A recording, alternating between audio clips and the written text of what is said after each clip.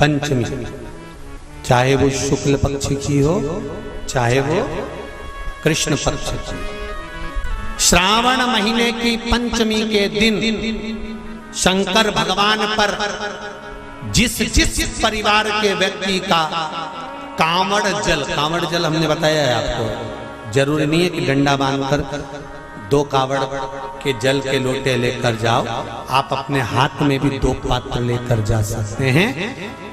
पंचमी तिथि के दिन हाथ में 2 लोटे जल के, 2 कलश जल के जब हम शंकर भगवान को चढ़ाते हैं तो ऊपर जो कमंडल होता है शिव जी के ऊपर जलधारी होती है, जिसमें जया, विषहरा, शामली बारी, दौतली और देव, शंकर भगवान की 5 बेटियां जिसमें विराजमान होती हैं। जब हम जल समर्पित करते हैं, हमारे पीढ़ी में, परिवार में अगर कोई अधोगति में मर गया होता है, कुंवारी अवस्था में चले गया होता है, गर्भ में मर गया होता है, गर्भ के बाहर निकलकर भी अगर कुंवारी अवस्था में चले गया होता है, तो श्रावण महीने की दोनों पंचमी पर परिवार का अगर कोई एक व्यक्ति भी जल चढ़ा देता है शंकर भगवान पर, तो सर्प की योनि में नहीं पड़ता, जीव मुक्त हो जाता, प्रेत योनि में सर्प की योनि से मुक्त हो जाता।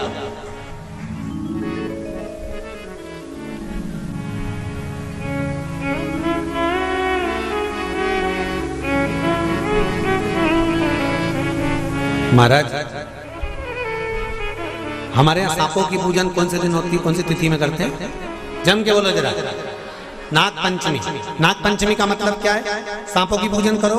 नाग पंचमी का मतलब होता है शंकर जी के मंदिर में जाकर 1 लोटा जल समर्पित कर दो। उसका कारण क्या है कि हमारे परिवार में, हमारे कुटुंब में कोई कुटुंब में, परिवार में कोई 7 पीढ़ी के अंतर्गत भी अगर कोई जीव तड़प रहा होता है, पड़ा हुआ होता है, उसकी मुक्ति नहीं होती है, तो पंचमी का चढ़ा हुआ जल उस जीव को प्राप्त हो जाता है और वो जीव तर जाता है, उसका फिर जन्म नहीं होता, वो तर, इसको मुक्तता का,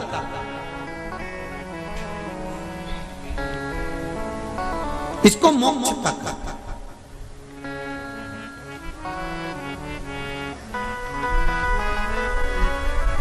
ये मुक्ति, ये मोक्ष, इसी को कहेंगे कि ये मुक्तता है। महाराज,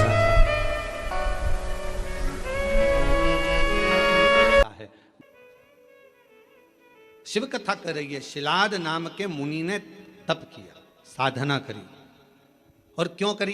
केवल संतान की प्राप्ति के लिए, क्योंकि शिलाद के यहाँ संतान नहीं थी, शिलाद के यहाँ कोई औलाद नहीं थी, शिलाद मुनि जी के यहाँ कोई औलाद नहीं, संतान नहीं। जब संतान का सुख नहीं होता तो व्यक्ति ना जाने कहां कहां जाता, और ऐसा नहीं केवल संतान के लिए जाता, अगर उसके घर में थोड़ी सी तकलीफ आ गई तो भी वो 10 जगह जाएगा, अगर थोड़ा सा कष्ट आ गया तो भी वो 10 जगह जाएगा, अगर उसको कोई परेशानी आ गई तो भी वो जाएगा, वो जाता रहता है, सब दूर भटकता रहता है, यहाँ वहाँ जहाँ तहाँ सब दूर जाएगा। पर शिव महापुराण की कथा कहती है, जब दुनिया में सारे रास्ते बंद हो जाएं, सारी दुनिया में तुम धक्के खाकर आ जाओ, सब जगह से होकर आ जाओ, और आखिरी तक भी अगर तुम्हारा कार्य ना हो, तब एक बार मेरे शंकर के मंदिर में 1 लोटा जल चढ़ाना प्रारंभ कर दो, आपके मार्ग खुलना, रास्ते खुलना प्रारंभ हो जाए। बोल बम का नारा है, फिर मार्ग खुलना प्रारंभ, रास्ते खुलना प्रारंभ। 1 लोटा जल हमारा जो हम शिव को चढ़ाते हैं, वो हमारा कल बदल देता है, हमारा मार्ग सुलभ कर देता है। शिलाद मुनि के यहां संतान का सुख नहीं, बहुत दुखी है, और फिर निवेदन करें, भगवान से प्रार्थना करा करो, भगवान औलाद देना मना नहीं, पर संस्कारवान देना। दूसरी, भगवान औलाद देना, संस्कारवान देना और स्वस्थ देना। एक माँ की दशा क्या होती है, बच्चे को जन्म देने के बाद उस माँ से पूछा जाए जिस माता की औलाद में अगर थोड़ा सा भी कोई तकलीफ आती है तो माँ का कलेजा हिल जाता है। जितना माँ रोती है शायद दुनिया में कोई ना रोता हो। माँ माँ। भोले बाबा, मेरे शंभू, मेरे त्रिकालदर्शी, मेरे कैलाशी अविनाशी, अगर मुझे औलाद देना तो 2 बातों का स्मरण रखना। एक, उसको स्वस्थ देना, अच्छी उम्र देना, और दूसरा उसमें संस्कार। और कैसे संस्कार हो? शिव महापुराण की कथा कहती है, अगर माता पिता सत्संग में डूबे हैं, माता पिता संकीर्तन में डूबे हैं, माता पिता शिव भक्ति में डूबे हैं, माता पिता यदि भगवत स्मरण में डूबे हैं, तो ऐसी कृपा करना कि हमारी औलाद भी भगवान शिव की आराधना करे, भगवान का भजन करे, सत्संग करे, कीर्तन करे, नाम जाप करे, स्मरण करे। हाँ, हमें दुनिया को दिखाने के लिए नहीं, अपनी अलमस्ती के लिए, अपने आनंद के लिए, अपनी आत्म शांति के लिए, अपने चिदानंद के लिए, अपने मन के लिए करें। अभी आप कथा किसके लिए सुन रहे हो? तो कहा कोई माता बैठी होगी अपने बेटे के लिए कथा सुन रही होगी, कोई अपने पति के लिए सुन रही होगी, कोई अपने पत्नी के लिए सुन रहा होगा, कोई अपने रिश्तेदार के लिए सुन रहा होगा, कोई के यहाँ धन की कमी होगी, कोई वैभव की कमी होगी, कोई संपदा की कमी होगी, कोई संतान की कमी होगी, और कोई ऐसा भी होगा जिसको मन में होगा अपने कोरबा में कथा चल रही है, बस कथा हो रही है, कुछ भी हो जाए, एक दिन, एक क्षण, एक पल बस दर्शन हो जाए, कथा तो अपनी जगह पर है, पर कैसे ना कैसे परमात्मा की अविरल भक्ति प्राप्त हो जाए। और वो टीवी के माध्यम से भी अगर आपको हो रही है, हम तो कोरबा वासियों को कहेंगे ये आपके भाग्य हैं जो कथा कोरबा से ही ऑनलाइन हो रही है, तो अपने घरों में रहकर टीवी के सामने भी बैठकर अगर कथा सुन रहे हो तो उसका एक आनंद है।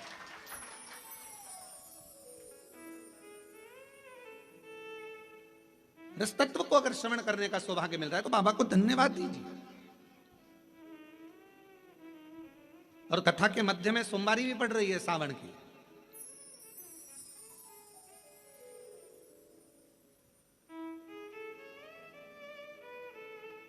कोई ना कोई अभिलाषा, और शिव महापुराण की कथा कहती है अगर कोई अभिलाषा नहीं भी है, और हम जब बाबा के चरणों में बैठकर जाकर बोलते हैं भोला सब दुख, ओ भोला सब दुख काटो, तो शिव महापुराण की कथा कहती है जब हम भगवान की कथा में जाकर बैठते हैं, भगवान की कथा में पहुंचते हैं और अपने मुख से कहते हैं बाबा सब दुख काटो महारा, अपने सम्मुख में जो दुख आने वाला होता है, तकलीफ आने वाली होती है, कष्ट आने वाला होता है, कोई परेशानी आने वाली होती है, जब हम 5-7 दिन बाबा की कथा को अपने हृदय में बिठा लेते हैं तो धीरे धीरे धीरे धीरे वो परेशानी जो आने वाली होती है वो भी कट जाती है, शिव की उदारता से, शंकर की करुणा से। शिलाद मुनि के जीवन में यह घटा है।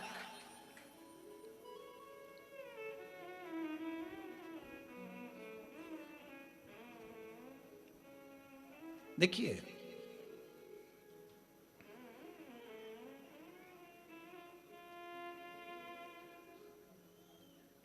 शिलाद मुनि, धर्मपत्नी ने कहा कि औलाद का, शिलाद मुनि ने सोचा कि मेरे वंश में, मेरे परिवार में, मेरे कुटुंब में आगे चलकर तर्पण, पिंडदान, तिलांजलि कौन करे, कोई यही नहीं। तब करा, और पहले शिलाद मुनि ने भगवान शिव जी का तप कर कर भगवान शंकर से वर प्राप्त करना चाहा। शंकर भगवान को आप बुलाना चाहते हो, वो आएंगे, बिल्कुल सरलता में आएंगे और बड़ी सहजता में आएंगे। पर मेरे शिव जी कभी भी अपने असली स्वरूप में नहीं आते। अच्छा एक बात बताओ रे कोरबा की जीजियों, अगर मेरे शंकर भगवान जटा लगाकर, गले में सांप डालकर, चंद्रमा लगाकर, भस्म लगाकर, त्रिपुंड लगाकर, 3 नेत्र रखकर तुम्हारे दरवाजे पर आकर खड़े हो जाएं और तुम्हारी बेल बजाएं, घंटी बजाकर कहें लीला, अरे ओ कमला, अरे ओ राम सिंह दरवाजा खोल, और तुमने दरवाजा खोलकर तुरंत कह दो चल निकलो यहां से, मांगने के लिए हमारे ही घर में रहा है, चलो।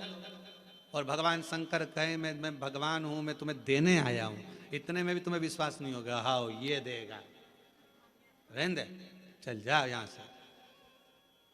शिव जी कहते हैं मां पार्वती जी से, जैसे जैसे सतयुग जाता है, त्रेता युग जाता है, द्वापर जाता है, कलयुग जैसे बढ़ता चले जाता है, जैसे कलयुग में कलयुग की वृद्धि होती चली जाती है, बढ़ते चले जाता है। और कलयुग के लोग जितने ठाठ से रहना जानते हैं, तो शंकर भगवान कहते हैं मैं अपने असली स्वरूप में कलयुग में कभी नहीं जाता, मैं अपना रूप बदलकर किसी ना किसी का रूप रखकर जाकर उसका दुख काट देता हूं, उसकी तकलीफ काट देता हूं।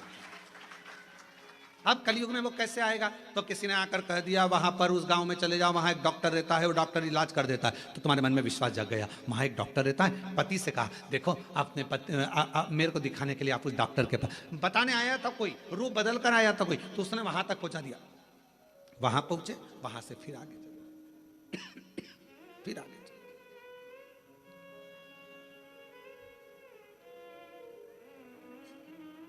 कोई मार्ग बताने वाला।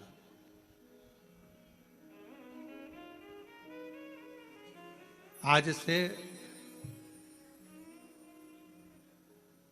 शिव महापुराण की कथा आपने जब से सुनना चालू करी है, कोई ने 5 साल, कोई ने 4 साल, कोई ने 8 साल, कोई ने 10 साल, कोई ने 15 साल, जितने साल से आप सुन रहे हो। पहले आप कथा सुनते थे, पर ऐसा नहीं कि नहीं सुनते थे, पर शिव पुराण नहीं सुन पाते थे। शिव महापुराण की कथा जब से आपने सुनना चालू करी, ईमानदारी से अपने हृदय पर विचार कर कर बताना, क्या हम लोग जानते थे कि शिवजी पर 1 लोटा जल चढ़ाने का इतना फल हो सकता है? बेलपत्र खाने का इतना फल हो सकता है कि कैंसर जैसी बीमारी हो, थायराइड हो, बीपी हो, शुगर हो, लीवर किडनी की प्रॉब्लम हो, वो भी समाप्त हो जाती है। कभी ऐसा विचार करा था कि इतना फल एक बेलपत्र में? क्या इतना फल श्री शिवाय नमस्तुभ्यम में, क्या इतना फल हो सकता है? और अभी तो कितना सुंदर है सावन का महीना,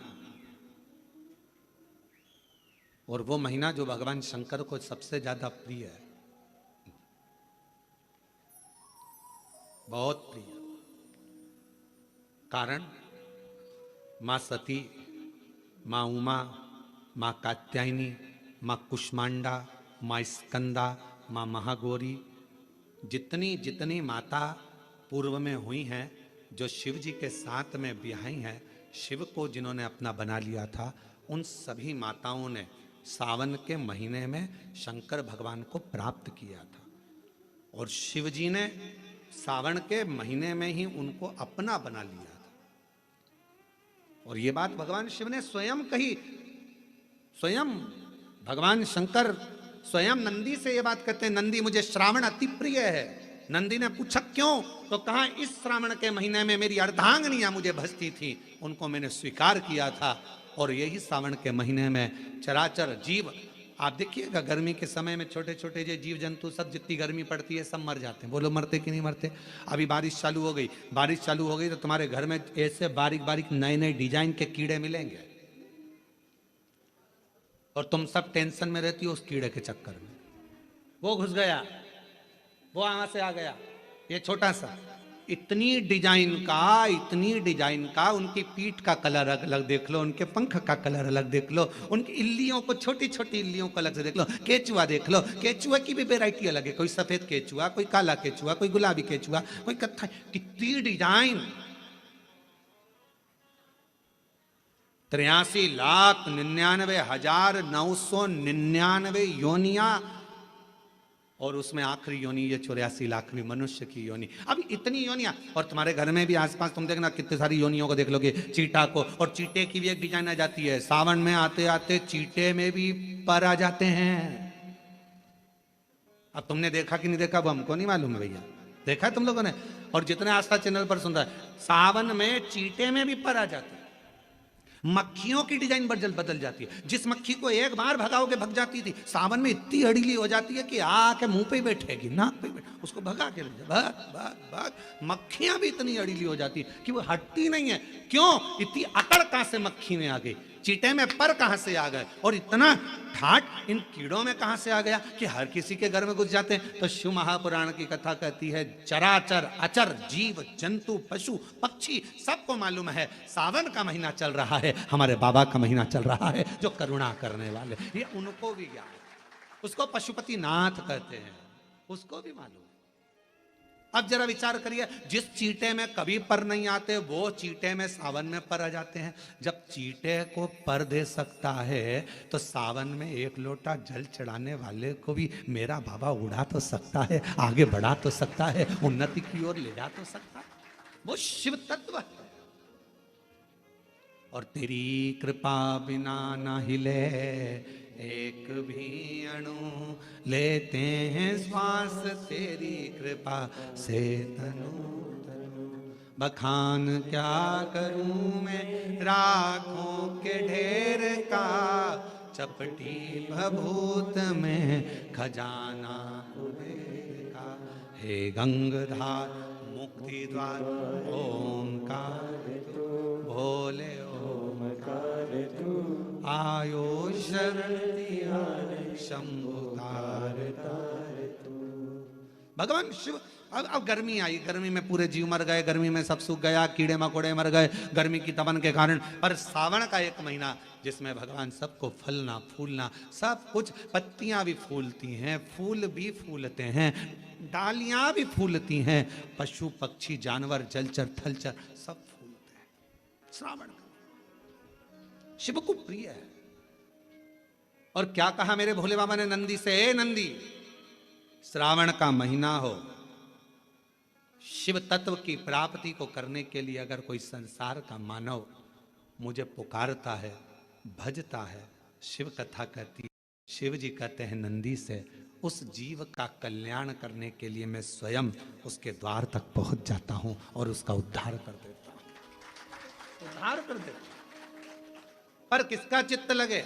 सावन में भी कई लोग ऐसे हैं जिनका चित्त नहीं लग पाएगा, क्योंकि सावन का महीना होता है तो कमाई के स्रोत भी ज्यादा हो जाते हैं। जीजियों की साड़ियां बिकने लगती हैं, फैशन का सामान बिकने लगता है, पर्स मोबाइल बिकने लगता है, सामान बिकने लगता है, क्योंकि उस समय व्यापार भी बढ़ता है। व्यापार इसलिए बढ़ता है क्योंकि भगवान भी चाहता है कि तेरा मन मुझसे हट जाए, व्यापार में लग जाए। क्योंकि भगवान को मालूम, हमने पहले भी कथा में कहा है, बच्चे को माँ गोदी में तभी तक रखती है जब बच्चा खिलौने से नहीं खेलता, खिलौने से खेलने लगेगा माँ नीचे उतार देगी। उसी तरह भगवान तुमको अपने पास जब तक बुलाता है, जब तक तुम्हें अपना बनाकर रखता है, और भगवान देख लेता है कि अब धीरे धीरे मेरे को इसको धन देना है, वैभव देना है, ये खिलौने से खेलना चालू करेगा, गाड़ी लाएगा, घोड़ा लाएगा, मकान बनाएगा, फर्नीचर बनाएगा, उसमें लग जाएगा तो मेरे मंदिर आना छोड़ देगा। और मंदिर आना छोड़ दिया तो एक दिन मुझे धीरे धीरे, मैंने एक बार इसकी वो पहले की माताएं, पुरानी माताएं क्या करती थी, मिर्ची बारिश के पहले भर के रख लेती थी, धनिया बारिश के पहले भर के रख लेती थी, हल्दी बारिश के पहले भर के रख लेती थी, अनाज बारिश के पहले भर के रख ले, क्योंकि 4 महीना खाएंगे खत्म हो जाएगा, अगले महीने में फिर 4 महीने बाद ले आएंगे। उसी तरह भगवान तुम्हें एक बार का विभव दे देता है, एक बार का धन दे देता है, एक बार की दौलत दे देता है, फिर लोग उसको भोगने लगते हैं, और भोगते भोगते आखिरी में एक दिन ऐसा आता है कि डब्बा खाली हो जाता है। डब्बा खाली होता है, फिर रोने बैठ जाता है, तकलीफ आई, फिर लोटा लेकर भागता है। शिव जी कहते हैं जो मेरे मंदिर में, मेरी कथा में, मेरे रस तत्व में हमेशा एक जैसा लगा रहता है, उसकी जिंदगी को भी मैं हमेशा उन्नति की ओर बढ़ाते बढ़ाते अग्रणता में लेकर चले जाता। फिर उसको डाउन नहीं करने देता, उसको नीचे नहीं आने देता। जैसे श्रावण महीने में चढ़ाए गए कनेर के फूल, दुर्वा,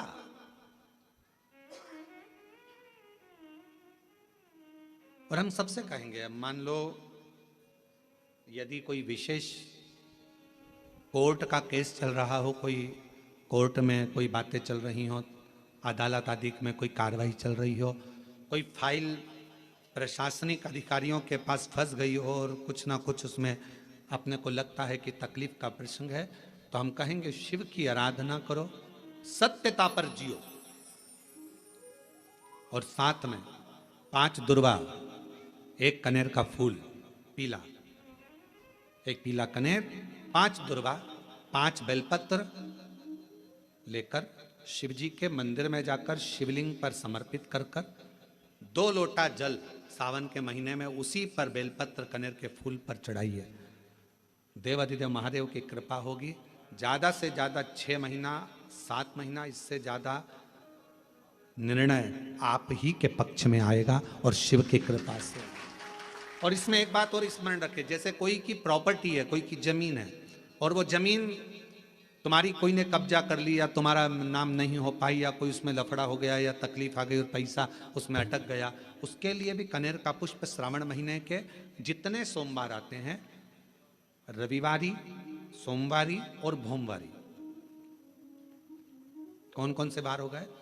रविवार, सोमवार और मंगलवार, 3 बार। प्रथम दिवस में कनेर का 1 पुष्प लेना है, द्वितीय दिवस में कनेर के 5 पुष्प लेना है, और तृतीय दिवस में कनेर के 3 पुष्प लेना है। बेलपत्र एक एक साथ में लेकर शिव जी को रविवार के दिन भी समर्पित करें, सोमवार के दिन भी समर्पित करें, और मंगलवार को 3 कनेर के पुष्प के साथ बेलपत्र लेकर बाबा को समर्पित करिए। कितना भी अटकी हुई प्रॉपर्टी होगी, कह दिया उसने मैं तेरे नाम प्लाट नहीं कराऊंगा और पैसा लेकर बैठ गया, या पैसा नहीं दे रहा है, या किसी भी रूप में वो अटका हुआ है, अगर सावन के 4 सोमवार पढ़े या 5 सोमवार पढ़ें, आपने ये प्रत्येक सावन के सोमवार के पहले, फिर से बोलो कौन सा बार?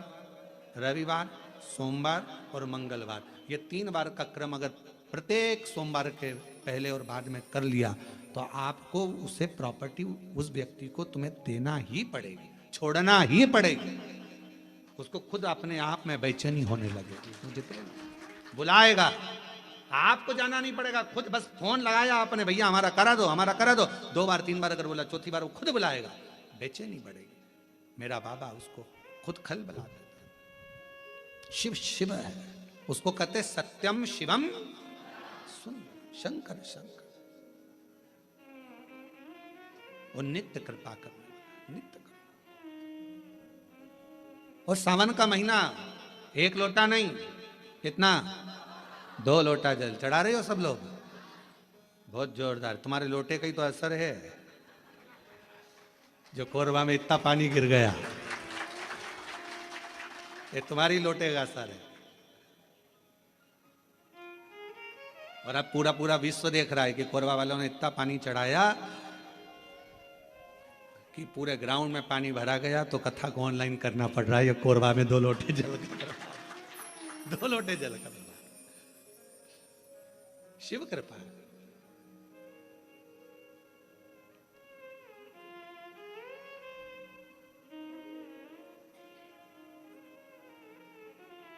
पर जितने लोग कोरबा में जो कथा सुन रहे होंगे ना टीवी पे ऑनलाइन, वो सब सिर पे पल्लू ले लेके आपस में बात तो कर रही होंगी, कौन कौन बैठा है, कौन कौन बैठा है, सबके चिंतन में फंसा।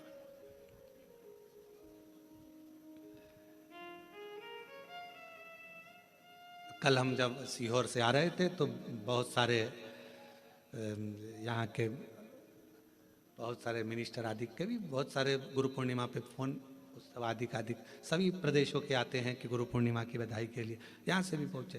तो कहा गुरुजी कोरबा आ रहा है, हमने कहा बिल्कुल ना आइएगा। हमने कहा इतना, एक तो हॉल छोटा, ऑनलाइन कथा, और मालूम पड़े और तुम ही आ जाओ तो मालूम पड़े व्यवस्था और गड़बड़ा जाए। कहा मत, भजन करो, प्रणाम,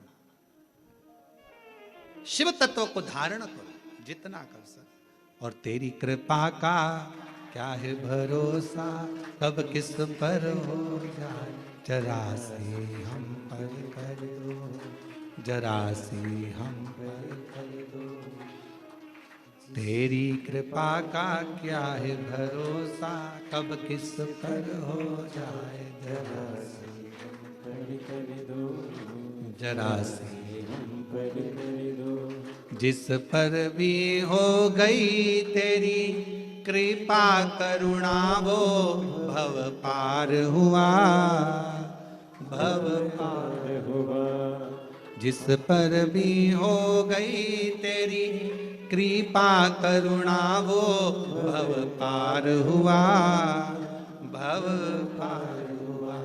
पापी हो चाहे जितना, उसका भी बाबा उद्धार हुआ, उद्धार हुआ। पापी हो चाहे जितना, उसका भी बाबा उद्धार हुआ, उद्धार हुआ। गिद्ध अजामिल गड़िका जैसे तेरे मन को भाव, जरा सी हम पर कर दो, ओ जरा सी हम पर कर दो, तेरी कृपा का क्या है भरोसा, कब किस पर हो जाए, जरा सी हम पर कर दो। तो शिव पुराण कह रही है, शिलाद मुनि ने तप करा, तप कर कर भगवान शिव को पाना चाहा, पर शंकर भगवान अपने असली स्वरूप में नहीं गए, रूप बदल कर गए।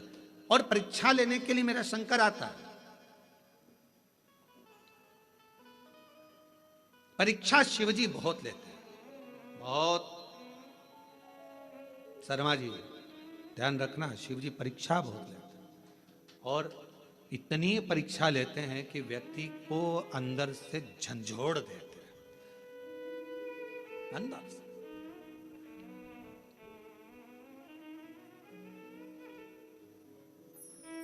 पर यदि आपकी विश्वास और दृढ़ता है, भरोसा है, और फिर कह रहे हैं ये ऑनलाइन कथा होती तो सीहोर से होती, आपका विश्वास था, आपकी दृढ़ता थी, और समिति ने सोच लिया था, तो ये कथा कोरबा से यहां ऑनलाइन हो रही। और सारे कोरबा वासियों से निवेदन है कि अपने घर में रहकर इस कथा को इस भाव से सुनो। टीवी चालू कर कर, टीवी की आवाज वॉल्यूम को तेज कर कर, दुकानों पर मोबाइल रखकर, एक एक कोरबा वासियों को यह कथा ऐसी सुनना चाहिए कि हम पंडाल में बैठकर कथा सुन रहे हैं, और अपने घर पर, घर को पंडाल बनाकर शिव तत्व को सावन के महीने में इस पवित्र कथा का लाभ ले रहे हैं। ये भाव से श्रवण, हृदय से।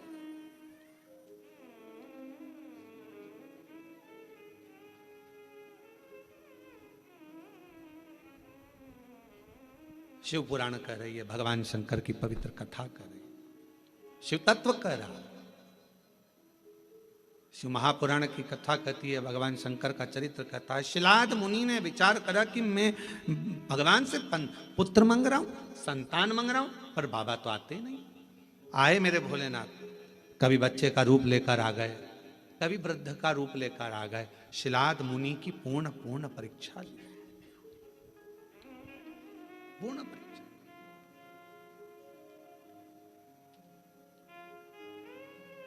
आखिरी में मेरे भगवान ओघड़दानी शिवजी आए, और शंकर भगवान आकर खड़े हुए हैं। सुंदर बाघंबर, मस्तक पर चंदा, त्रिपुंड त्रिनेत्र त्रिशूल धारी मेरे भगवान शिव सामने थे। मांगो, क्या चाहिए तुमको? अब शिलाद मुनि ने पहले तो ये नहीं कहा कि मुझे औलाद चाहिए। शिलाद मुनि ने सबसे पहली बात कही कि ये बताओ,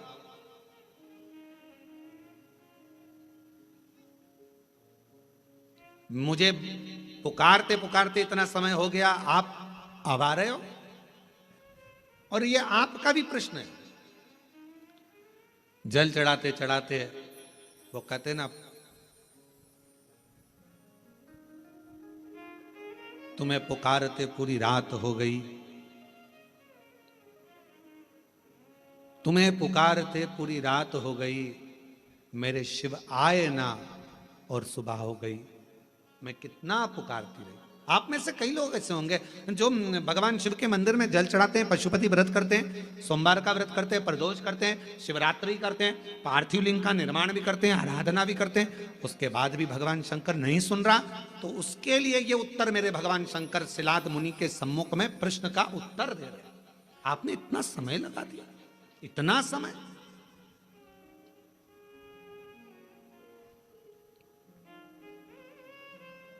कितने साल पहले ली थी कथा? 2 साल पहले कथा ली थी।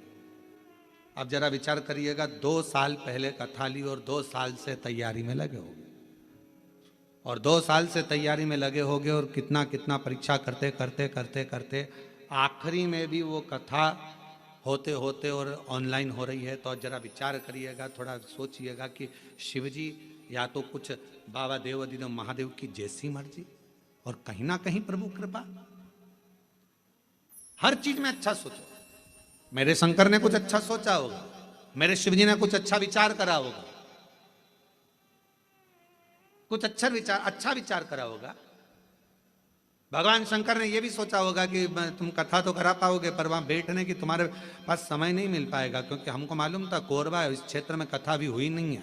अगर हो जाती तो कोरबा में से ट्रैफिक को निकालने के लिए कम से कम पूरा 18 घंटे लग जाते, ये भी पक्की बात थी, ये भी निश्चित है, क्योंकि कोरबा क्षेत्र में कथा नहीं हुई, और इस क्षेत्र में कथा नहीं हुई तो पूरा कोरबा और कोरबा के आसपास का क्षेत्र पूरा जब उलटता, और आजू बाजू में ये भी लगा है तुम्हारा झारखंड और ये सब उड़ीसा की बॉर्डर, तो ये भी सब आ जाता। कथा नहीं सुन पाते तुम, हो सकता है व्यवस्थाओं में लगे रहते, पर शिवजी ने विचार करा, तूने 2 साल दाढ़ी नहीं बनाई, 2 साल बाल ना कटाए, 2 साल तक तू तप साधना करता रहा, तो मेरे शंकर भगवान ने सोचा जब इतना तूने करा है तो कथा भी दिल लगाकर एक जगह पर बैठकर श्रवण कर, सुनो, धारण करो। ये शिव सोच,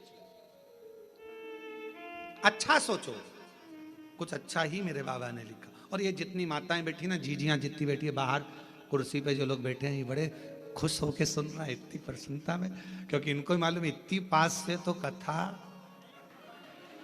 नहीं मिल सकती थी। ये तो क्योंकि ना जाने पंडाल में भी कहाँ बैठते और एलईडी पर देखते, पर इतने करीब में बैठकर कथा सुनने को मिल रही है, तो तुम तो घर जाके 2 लोटा क्या 4 लोटा जल चढ़ाने वाली, पक्का है ये विचार तो पक्का है। अब यहां से जाओ तो तुम यहाँ के collector, SP, SDM, IG, commissioner, SD सबको धन्यवाद देना, 2 लोटे जल का प्रताप था जो तुमने महाराज की कथा इतने पास में से सुनवा दी। महाराज शिव तत्व है, शंकर कुछ अच्छा सोचा होगा उसने, बहुत अच्छा सोचा, उसकी करुणा है बहुत। विचार करो, शिलाद मुनि ने कहा इतना समय लगा दिया तुमने आने में, मैंने तो सोचा नहीं था कि इतना समय लगेगा। महाराज लिखावट बता देती है पेन में स्याही कौन सी है, और सिखावट बता देती है कि घर में कमाई कौन सी है। सावधानी रखकर सुनना जरा, घर की कमाई और पेन की स्याही, ये दोनों हमारे सामने जरूर आती है। एक घर की कमाई और पेन की स्याही, ये दोनों हमारे सामने जरूर आती है। हमारी लिखावट बता देती है, जब हम लिखने बैठते हैं लिखावट बता देती है कि तुम्हारे पेन में स्याही कौन से रंग की है, ये तुम्हारी लिखावट बताएगी। और महाराज सिखावट तुम्हारे घर की कमाई बता देगी। तुम्हारे बच्चों में अच्छे संस्कार हैं, बच्चे माता पिता का आदर कर रहे हैं, सम्मान कर रहे हैं, सत्कार कर रहे हैं। फिर निवेदन करूंगा, बच्चों को खूब पढ़ाओ, अपने बेटा बेटी को खूब पढ़ाओ, जितनी अच्छी एजुकेशन दे सकते हो दो।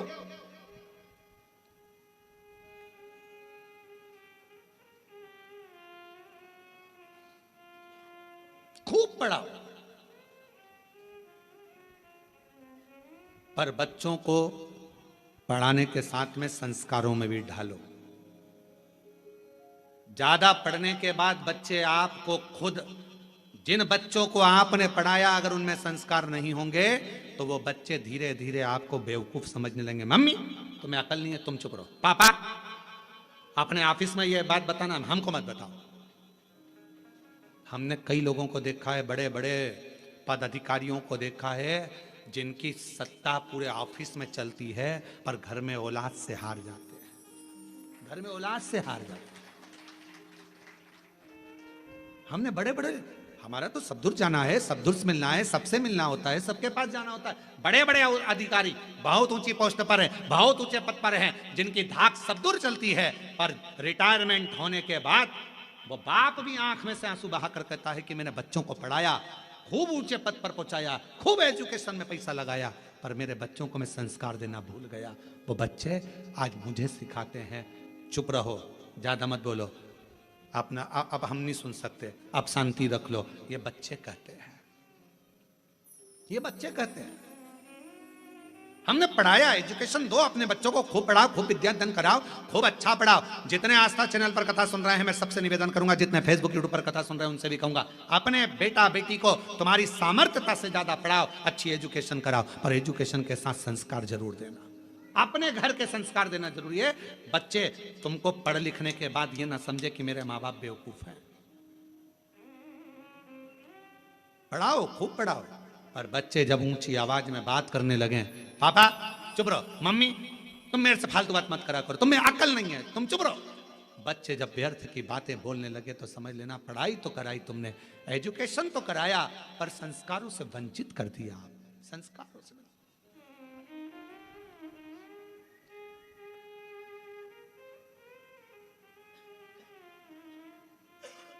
इसलिए ये व्यासपीठ हमेशा कहती आई है और आज फिर कहती है, अपने बच्चों की पढ़ाई में तुम जो खर्च कर रहे हो, ऐसा ही खर्चा एक अपने आस पास मोहल्ले में, कॉलोनी में, सोसाइटी में, समाज में, अपने रिश्तेदारों में, नातेदारों में, या अपने आसपास में कोई भी समाज का व्यक्ति हो और उसके बच्चे को अगर पढ़ने का शौक हो, विद्या अध्ययन का शौक हो, वो पढ़ना चाहता हो, तो निवेदन है उसकी एजुकेशन का खर्चा आप उठाओ। जब उस बच्चे को पढ़ाओगे, एक अपने बच्चे को पढ़ाओगे और एक दूसरे के बच्चे को जिसको पढ़ने का शौक है, पैसा नहीं है, पढ़ना चाहता है, उसकी एजुकेशन का जब आप खर्चा उठाओगे, जब आपके बच्चा भी बड़ा होगा और वो जिसको पढ़ाया वो भी बड़ा होगा, दोनों में अंतर समझ में आएगा। जिसको तुमने पढ़ा दिया, लिखा दिया, अगर वो ऊंचे पद पर पहुंच गया तो तुम्हारे एहसान को मरते दम तक नहीं भूलेगा। मरते दम तक कि मेरे पास वाले पड़ोसी ने मुझे पढ़ाया था, उसने अच्छी एजुकेशन कराई। इसलिए हमारी विठलेश सेवा समिति, हमारा कुबेरेश्वर धाम आज भी ना जाने कितने बच्चे हैं जिनकी फीस जमा करता है, जिनका पढ़ाता है, उनकी ड्रेस, उनकी किताब, ना जाने कितनों की फीसें जमा कर कर विठलेश सेवा समिति कॉलेज की, स्कूलों की फीस जमा कर कर बेटा बेटी को पढ़ा देती। और वो बच्चे जब अच्छे पद पर पहुंचते हैं तो याद करते हैं कि हमने विठलेश सेवा समिति ने हमारा खर्चा उस परिस्थिति में उठाया जब हमारे पास नहीं था। और बाद में वो कहते हैं कि हमें बताओ, हमें समिति के लिए क्या करना है, हमें क्या करना है कुबेरेश्वर धाम के लिए। हम एक ही बात कहते हैं, अपने परिवार को पालो और साथ में तुम भी ये नियम बना लो कि अपने आसपास में कोई बच्चा पढ़ना चाहता है, एजुकेशन करना चाहता है, उसके पास कुछ नहीं है, तो तुम उस बच्चे को पढ़ाओ जैसे समिति ने तुमको पढ़ाया है, वैसे तुम भी पढ़ाओ। अग्रणता दीजिए। शिक्षा से बड़ा कोई दान नहीं दुनिया में, शिक्षा से बड़ा कोई दान नहीं। पढ़ाओ, अच्छी एजुकेशन करो, पर एक विश्वास के साथ, एक भरोसे के साथ।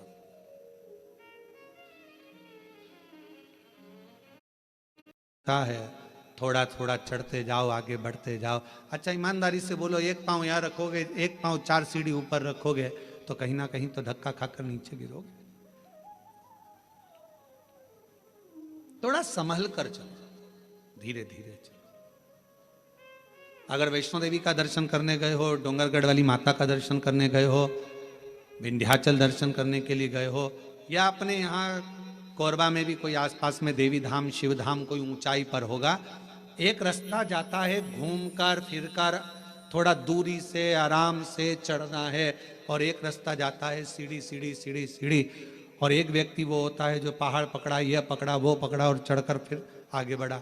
तो कौन सा रास्ता ठीक है? थोड़ा दूरी का, धीरे से आराम से चढ़कर